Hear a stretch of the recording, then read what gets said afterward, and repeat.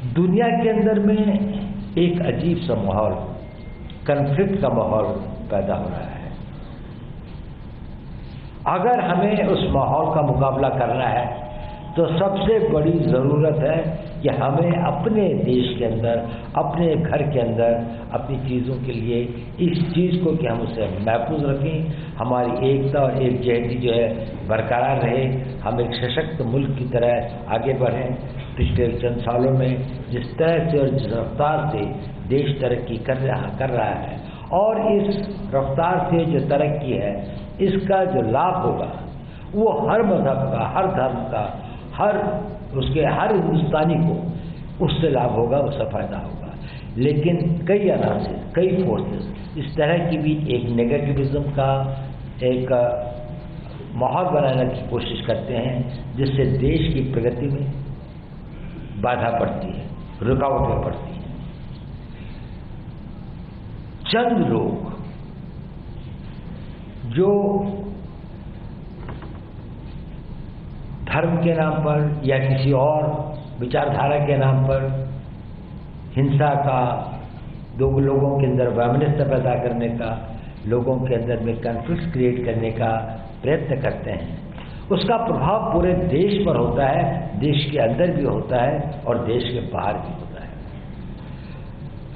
उसका कारण यह है कि एक बहुत बड़ी जनसंख्या, एक बहुत बड़ी मात्रा में लोग, आप जैसे लोग शायद अपनी आवाज़ को उतना बुलंद नहीं करते जितना होना चाहिए। तो माइनॉरिटी, एक बहुत छोटे चंद अनासर की आवाज़, लगता है कि ये शायद हिंदुस्तान की आवाज़ है।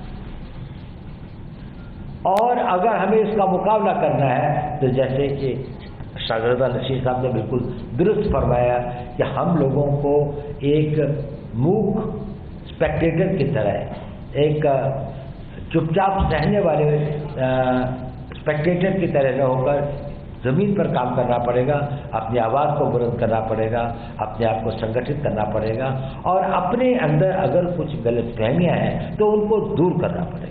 अगर कुछ लोगों के बीच में कुछ गलतियां हैं तो उनको सुधारना पड़ेगा। हमें अपने पैगाम को घर घर ले जाना पड़ेगा, हर बच्चे को, हर बुजुर्ग को, हर ख़वातीन को, जो समाज के हर तबके को ये महसूस कराना पड़ेगा कि वो दिल से इस चीज़ को महसूस करे कि हमारा एक मुल्क है, एक मुल्क जिस पे हमें फ़ख्र है, जहाँ पर हर धर्म स्वतंत्रता से अपनी धार्मिक को वो कर सकता है, जहाँ पर विभिन्न धर्म सैकड़ों वर्षों से यहाँ पर उन्होंने वो किया और इस देश की तरक्की, इस देश को आगे बढ़ाने में उन सब का एक बहुत बड़ा किरदार है। देखिए, मेरे एक अजीज दोस्त हैं, उन्होंने मुझे ये वाक़या बताया था कुछ वक्त पहले कि हिंदुस्तान के पॉलिटिकल साइंस में जहाज वर्ड कब शुरू हुआ, कब इस पॉलिटिकल साइंस के अंदर में मुस्लिम्स ने ये वर्ड कब यूज़ किया। तो ऐसा था कि 1915 के लगभग अफगानिस्तान के अंदर में हिंदुस्तान के कुछ उलेमाओं ने, 6 उलेमाओं ने जाकर एक प्रोविजनल सरकार बनाई इस्राइल में और उसकी पूरी गवर्नमेंट बनी। उसका एक प्राइम मिनिस्टर था, होम मिनिस्टर था, डिफेंस मिनिस्टर था और वो सारे उलेमाओं ने मिलकर उसके जो प्रेसिडेंट था वो राजा महेंद्र पाल सिंह को बनाया। यानी जिहाद तो था, जिहाद था बुराई के खिलाफ, अन्याय के खिलाफ, विदेशी उसके खिलाफ, लेकिन जिहाद का मतलब ये नहीं था कि ये किसी धर्म के खिलाफ था। सब धर्म के सभी लोग उन्होंने इस हमारे देश के लिए कुर्बानियाँ दी हैं, जिसके बढ़ाने में ये किया है। तो इस प्रकार का एक तहजीब के हम वारिस हैं।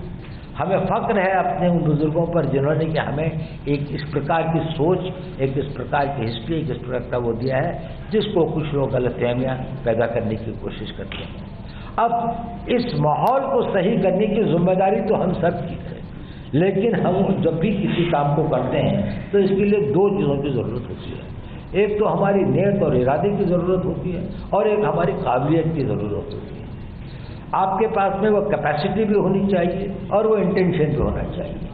शायद इंटेंशन तो करोड़ों लोगों का है जो आपके मुरीद हैं, आपके फॉलोअर्स हैं, लेकिन कैपेबिलिटी सबकी नहीं है। आप सबसे अधिक सक्षम लोग हैं, आप सबसे अधिक, आप लोगों में वो कुव्वत है।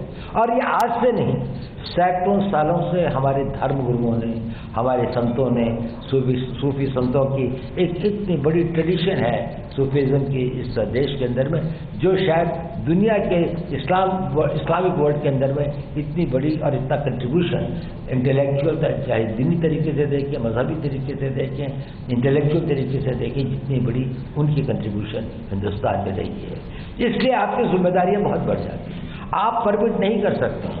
कुछ वेस्टेड इंटरेस्ट को, कुछ लोग जिनके निहित स्वार्थ हैं, वो समाज के अंदर में बुराइयां पैदा करें, समाज के अंदर में तोड़ फोड़ करें, समाज में एक दूसरे के प्रति लोगों को भड़काएं और देश को कमजोर करें, देश के भविष्य को अंधकार में करें।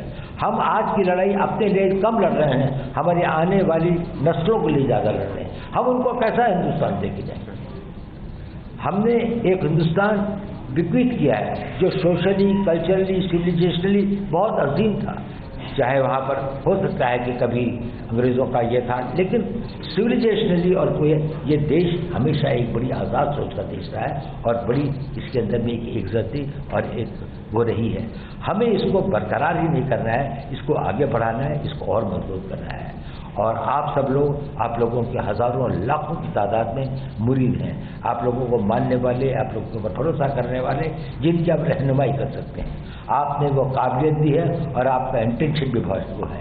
लेकिन मेरे ख्याल से दो चीज़ों के ऊपर मैं बल देना चाहता हूँ। एक तो आप में संगठन शक्ति होनी चाहिए, आप लोगों को मिलकर काम करना चाहिए और इसको मिलने के लिए, इसके इस कॉम्प्रिहेंसिवनेस के लिए आप सभी लोगों को, सभी मुस्लिम्स को और मुस्लिम के साथ साथ बाकी धर्मगुरु, यहाँ पर हिंदू भी हैं, सिख भी हैं, ईसाई भी हैं, हमारे बौद्ध भी हैं, सभी धर्मों के यहाँ पर वो हैं और जो नहीं भी हैं उन तक भी हमको पहुँचना है और उनको भी इसके अंदर में हमें शामिल करना है। ये देश के पुनर्निर्माण की, ये देश के अंदर एक इनकलाब लाने की ज़रूरत है कि जहाँ पर लोगों के अंदर में ये एक जज्बा पैदा किया जाए, वो इमोशन पैदा किया जाए कि हम किसी को भी अपने देश की अखंडता, अपने देश की यूनिटी, अपने देश की एकजहती, इसको कॉम्प्रोमाइज़ नहीं होने देंगे।